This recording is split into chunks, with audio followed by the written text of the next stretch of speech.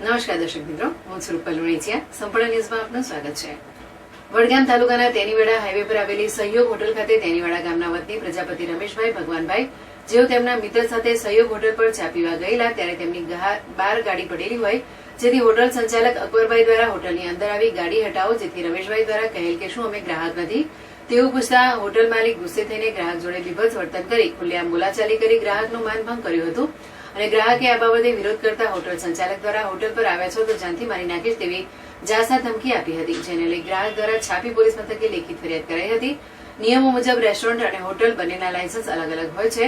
જો તમે રૂમની સર્વિસ આપતા હોય તો જ હોટલનું બોર્ડ મારી શકો છો અને માત્ર ખાણીપીણીની સર્વિસ આપતા હોય તો રેસ્ટોરન્ટ લખી શકાય.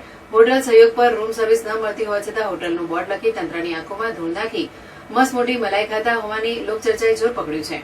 આ અગાઉ પણ અનેક ગ્રાહકો સાથે ખરાબ વર્તન કરાયું હતું, જે ગૂગલમાં હોટલ સહયોગ તેનીવાડા સર્ચ કરતા અનેક ખરાબ કોમેન્ટ જોવા મળતી હતી. ગ્રાહક જોડે ખરાબ વર્તન કરતા આવા હોટલ મેનેજમેન્ટ સામે તંત્ર દ્વારા કાયદેસરની કાર્યવાહી કરવા લોકમાંગ ઉઠવા પામી છે.